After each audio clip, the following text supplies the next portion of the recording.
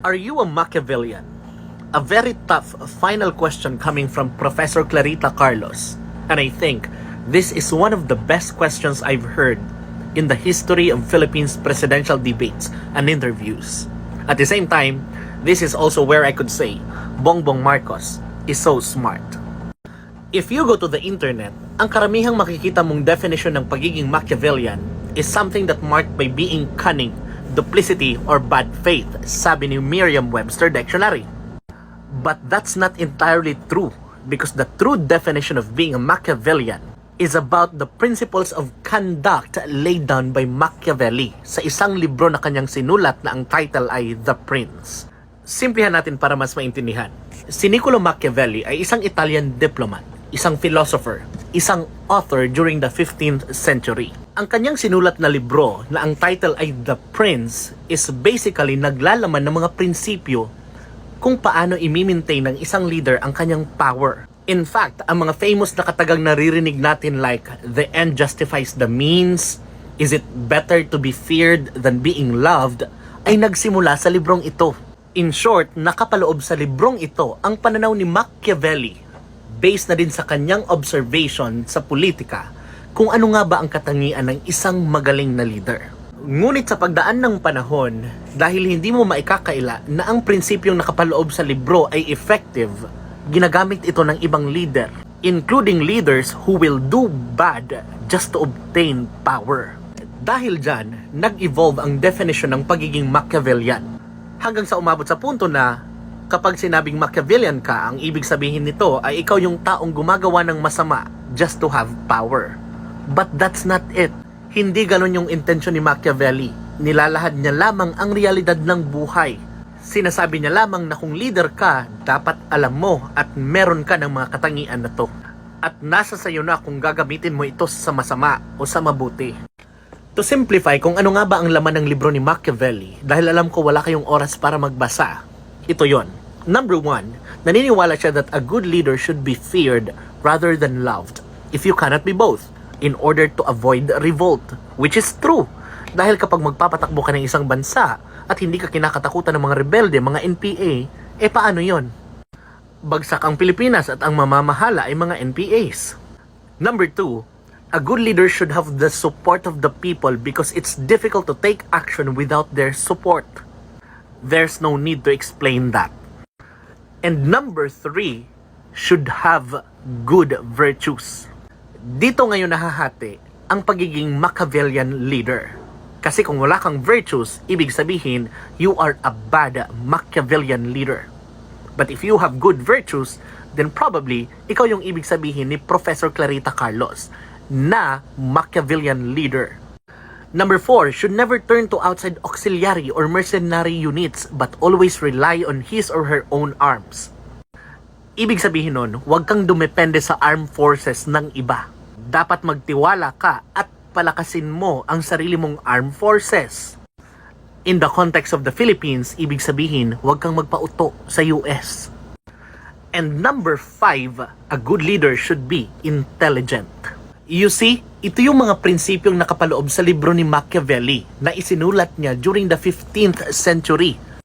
And if we translate it in the modern times, we could say that a good leader is someone who is being respected by the people. Not necessarily being feared or being loved, but respected. Because the people know that this leader is intelligent enough and has good virtues to lead them. In conclusion, ang pagiging Machiavellian ay hindi talaga ibig sabihin na gumagawa ka ng masama. Ang pagiging Machiavellian na tinutukoy ni Prof. Clarita Carlos ay pagiging goal-driven. In the sense na napaka-importante sa iyo ang goal na yon, gagawin mo ang lahat para ma-achieve yon. Ngayon, bilang isang leader, nakadepende sa iyo kung paano mo ma-achieve ang isang goal na yan. Either gagawa ka ng mabuti o masama. Kaya mahalaga na ang isang leader ay mayroong good virtues. Now, this is the reason bakit ko sinabing Bongbong Marcos is so smart. Balikan natin ang tanong ni Professor Clarita Carlos. Unang katanungan ni Professor Clarita Carlos, are you an optimist or a pessimist? Ang sagot ni BBM, I am essentially an optimist, and the reason why I am optimist because when you talk about the country, we are optimists. I am optimistic because the biggest asset are the Filipino people. Second question, are you a high risk taker or a low risk taker? Ang sagot ni BBM, I tend towards the conservative only because a mistake will cause so much suffering to many people. In other words, you have to be very careful with the decisions you make, and it's not something you do offhand. You think about it very hard. And lastly, he answered the question, are you a Machievilian? Ang unang sabi ni BBM, am I Machievilian? Well, I've studied him quite thoroughly. Ibig sabihin, nabasa at napag-aralan niya ang libro ni Machiavelli. At dagdag pa niya, and I know very many Machievilians in my life.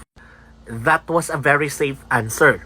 Ibig sabihin, alam din ni BBM na ang word na Machievilian ay meron ng negative meaning and impression in the modern times. Kaya hindi siya sumagot agad if he is a Machievilian or not.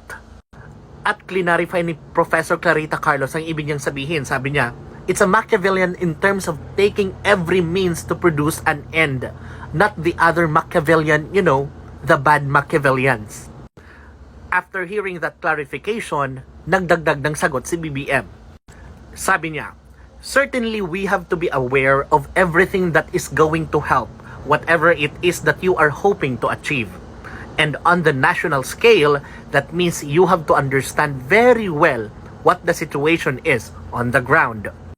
Dagdag niya, kailangan maging maingat. So I suppose, in the same sense, if these questions are related, it's a way of being careful and being very, very knowledgeable about what other things that come into play so that you will achieve success, whatever that success. However, you define that success. In that sense, I am a Machievilian. And a clap for that. Dahil kung idudugtong mo ang tatlong sagot ni BBM, ang ibig sabihin, he is an optimist, conservative, Machievilian. He answered the question perfectly, genuinely, intelligently.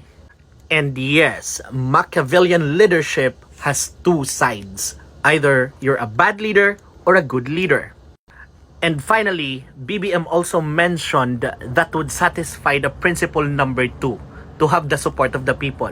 Sabi ni BBM, you talk to as many people as you can, and you make absolutely certain that you have done everything that you can possibly do to make whatever your plan is to make it work. Trusting the Filipino people, believing in them, being intelligent, having good virtues, that is something that a good leader should have.